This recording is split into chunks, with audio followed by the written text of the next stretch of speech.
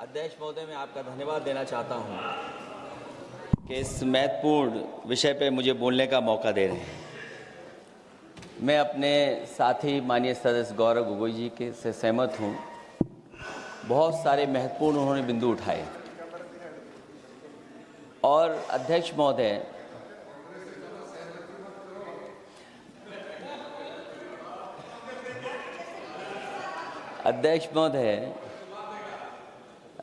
मुझसे ज़्यादा मेरे रिश्ते शायद हमारे विपक्ष के लोग ज़्यादा जान रहे हैं और जितना विपक्ष के लोग नज़र रखेंगे मैं समझता हूँ उतना रिश्ते और मजबूत हो जाएंगे।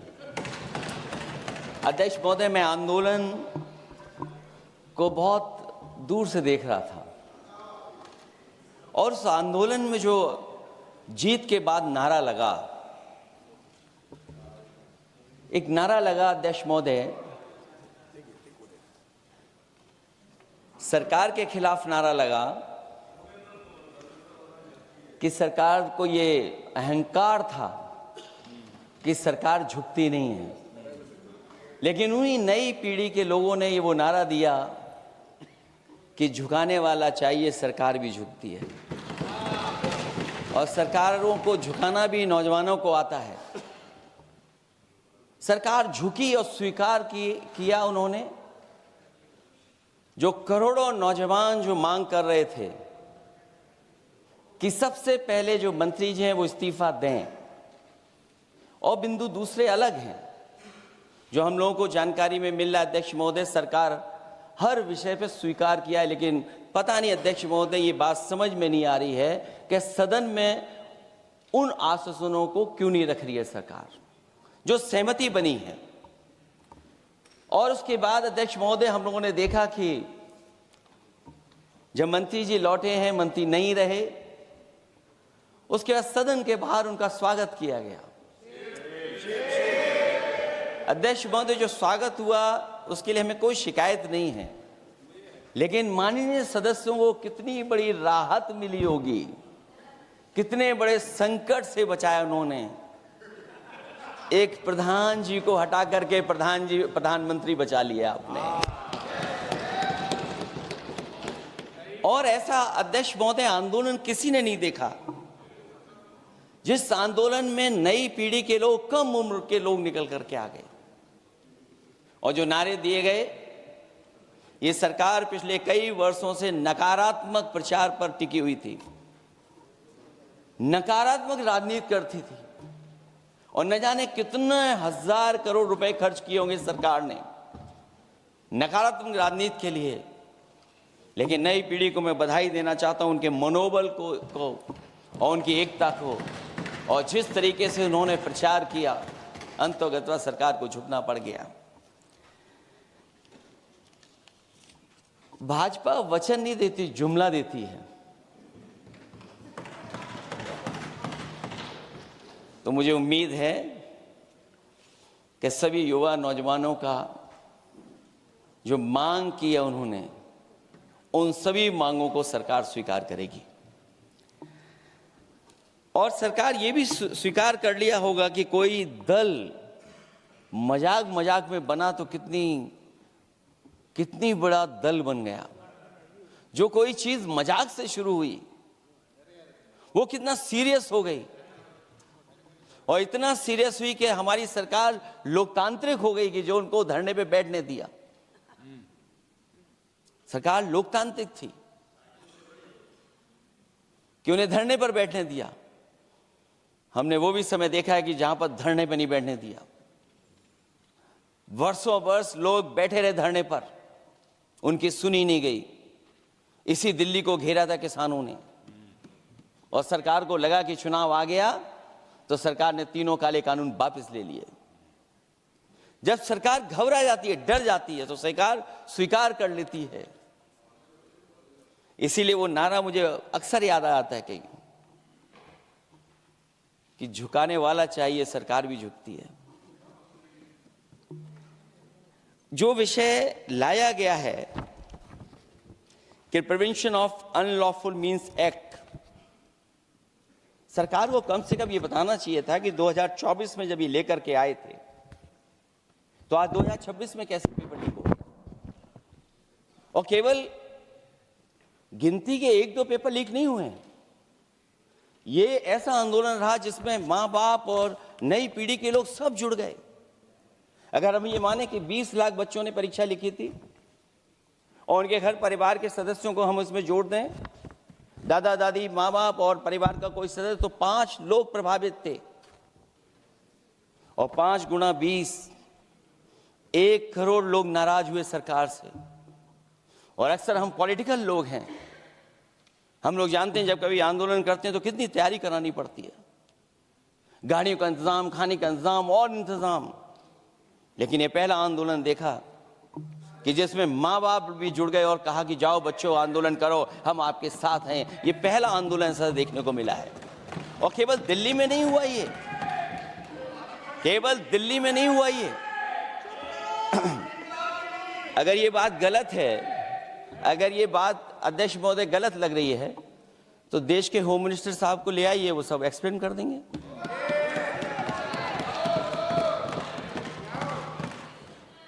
पहला आंदोलन जिसमें माँ बाप ने साथ दिया, क्योंकि परीक्षा से कितना दुखी हैं लोग। ये जो परीक्षाएं लीक हुई हैं, कई महीनों पहले ये किताब बना दी थी। और अध्यक्ष महोदय, जो लोग चढ़ावा चोरी नहीं बचा पाए, वो पेपर लीक कैसे बचा पाएंगे?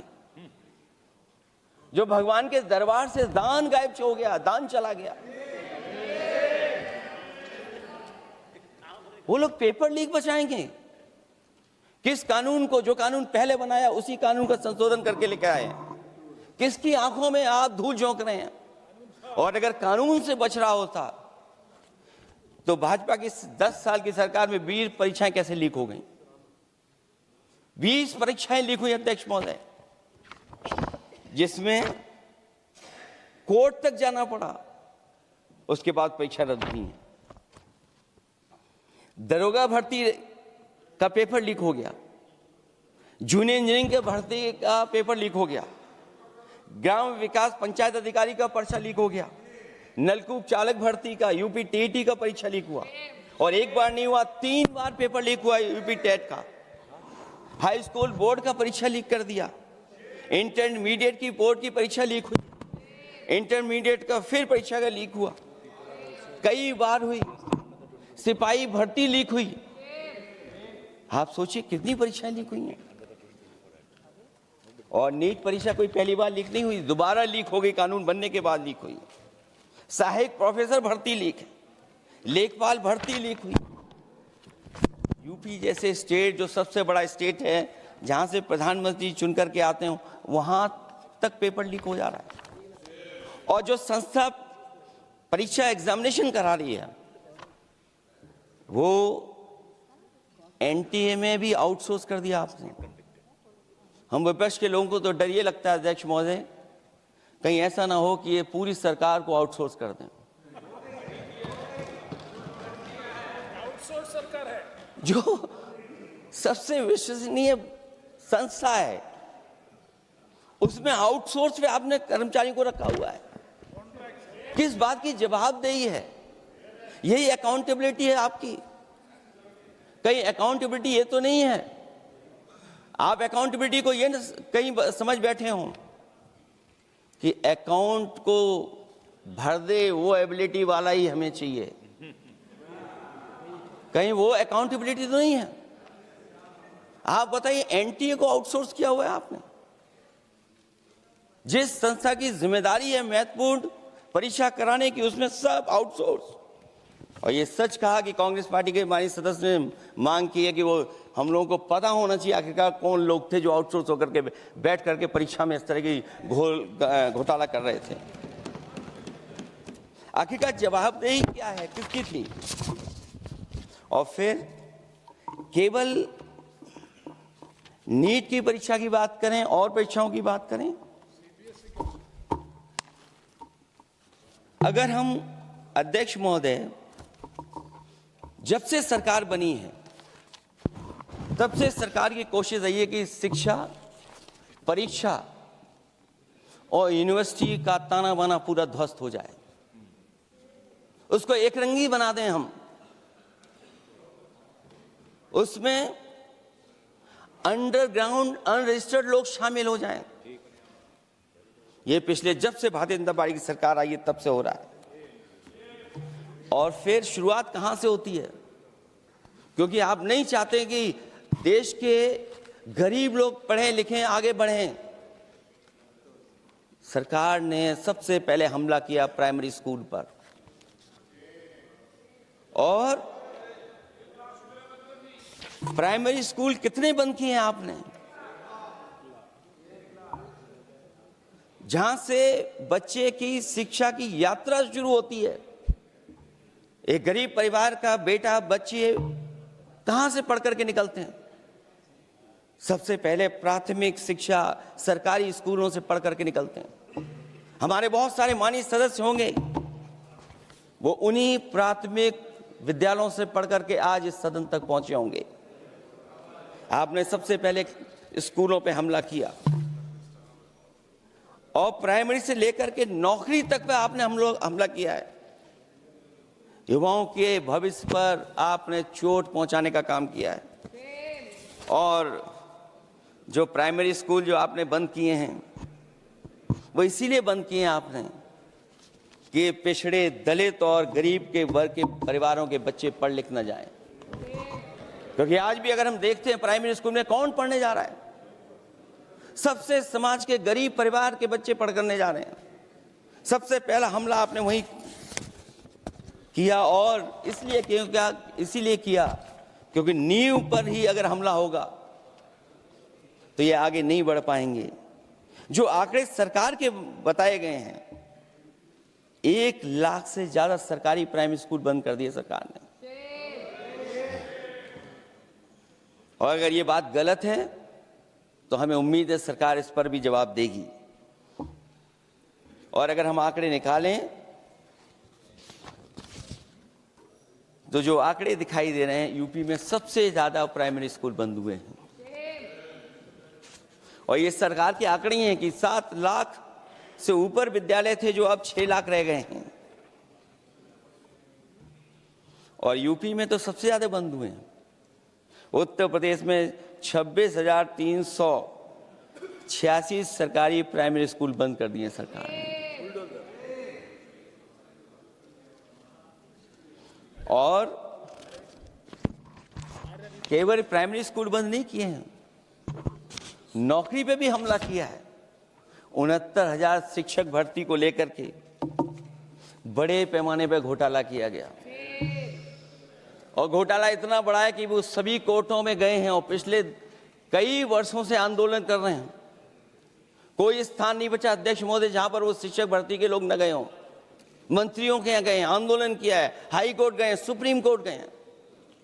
लेकिन देखिए सरकार भी कमाल की है कि सरकार उनको नौकरी नहीं देना चाहती। और इसलिए नौकरी नहीं देना चाहती है क्योंकि उन्हें भर्ती गलत की है। और भर्ती में जिन लोगों का अधिकार छीना है वो सबसे ज्यादा पिछड़े और दलित परिवार के बेटे, जिनका अधिकार इस सरकार ने छीना है।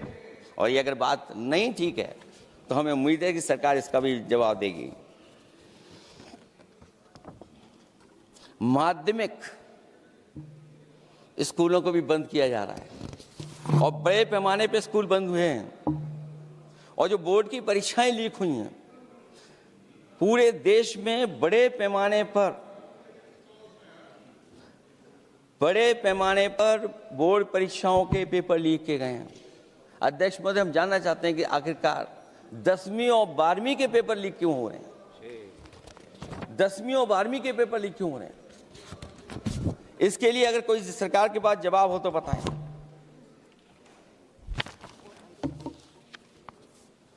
और जो बच्चियों ने जान दी है नीट की परीक्षा में, जब परीक्षा का पेपर लीक हो गया है, अध्यक्ष महोदय, मैं अपनी तरफ से, पार्टी की तरफ से और सभी की तरफ से उन्हें श्रद्धांजलि देता हूं। और हमें उम्मीद है कि सरकार उन बच्चों की मांग मानेगी जिन बच्चों ने ये शर्त रखी है कि उनके परिवार के लोगों को 1 करोड़ मुआवजा दिया जाए।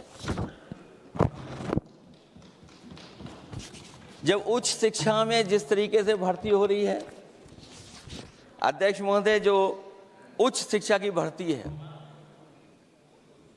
उसमें जो अपॉइंटमेंट हो रहे हैं उनके बारे में तो क्या चर्चा करें कि जब संस्था पे सबसे ऊपर बैठा व्यक्ति ही अन्याय करेगा तो पूरी संस्था में अन्याय होगा। जब से ये सरकार आई है, जो बड़ी बड़ी संस्थाएं हैं, उन सब संस्थाओं में एक रंगी लोगों को बैठा करके उन संस्थाओं को ध्वस्त करने का काम कर रहे हैं, और न केवल उन संस्थाओं को खराब कर रहे हैं, बल्कि अध्यक्ष महोदय,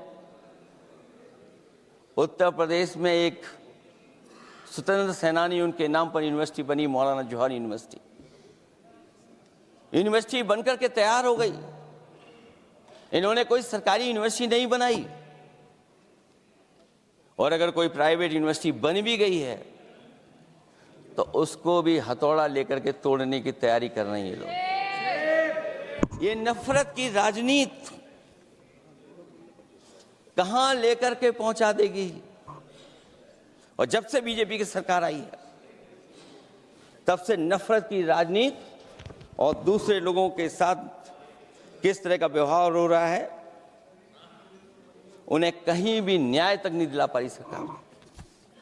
और जब नौकरी की बात आ जाए तो अध्यक्ष महोदय, अग्निवीर भर्ती में भी जो हर साल में कितनी भर्ती होती थी, कभी 80,000 भर्ती हुआ करती थी, अब भर्ती केवल 10,000 हो पा रही है। आखिरकार अध्यक्ष महोदय, सरकार नौजवानों की पढ़ाई और नौकरी पे हमला क्यों कर रही है, और नौकरी पे हमला क्यों हो रहा है? जब आप ये कहते हैं कि हमारे नौजवान हमारी डेमोग्राफिक डिविडेंड बन करके आए हैं, कहीं यही नौजवान हमारी आपदा न बन जाए, इसके बारे में भी सरकार को सोचना चाहिए। और मैं ये जरूर कहना चाहता हूं कि अध्यक्ष महोदय, अगर शिक्षा अच्छी होगी, परीक्षा सच्ची होगी, तो तरक्की भी पक्की होगी। और ये तरक्की नहीं चाहते हैं, इसीलिए शिक्षा पर और परीक्षा पर हमला कर रहे हैं। मैं इन्हीं शब्दों के साथ अध्यक्ष महोदय आपका धन्यवाद देता हूं। और जो बिल लेकर के आए हैं आप, बिल तो 24 में भी लेकर के आए थे आप, जो 24 में बिल लेकर के आए, तो उसके बाद नीट परीक्षा का पेपर लीक क्यों हो गया, ये आप बता देना मंत्री जी। आपको एक कानून बनाने के बाद दूसरा कानून बनाना पड़ रहा है, ये क्या वजह है? और आपको मंत्री जी का स्वागत इसलिए करना पड़ रहा है कि आपको संकट से बचा लिया। और अगर अखिलेश जी तो समाजवादी है, मैं पूछना चाहता हूं कि छात्रों का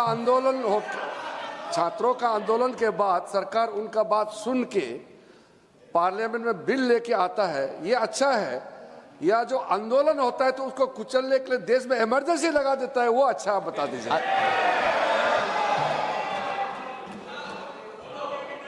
अध्यक्ष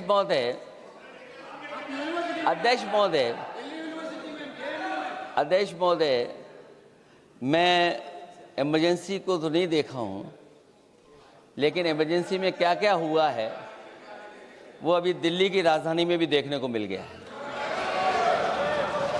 आंसू के गैस के गोले और लकड़ी में लगा हुआ कुछ कील का और कांटे की चीजें, उस समय करंट नहीं लगाया जाता था, इस बार करंट लगाया गया। तो ये इमरजेंसी के बराबर ही हुआ है हमला, कम नहीं है। इमरजेंसी से कम अन्याय नहीं कर रहे हैं आप लोग। और याद करिए अध्यक्ष महोदय, अगर इमरजेंसी इन्हें याद आ गई है, अगर इमरजेंसी अध्यक्ष महोदय इन्हें याद आ गई है, तो इमरजेंसी के बाद भी परिवर्तन हुआ था, और हमें भरोसा है कि इसके बाद भी परिवर्तन होगा। और अध्यक्ष महोदय, मैं आखिरी में कहना चाहता हूं,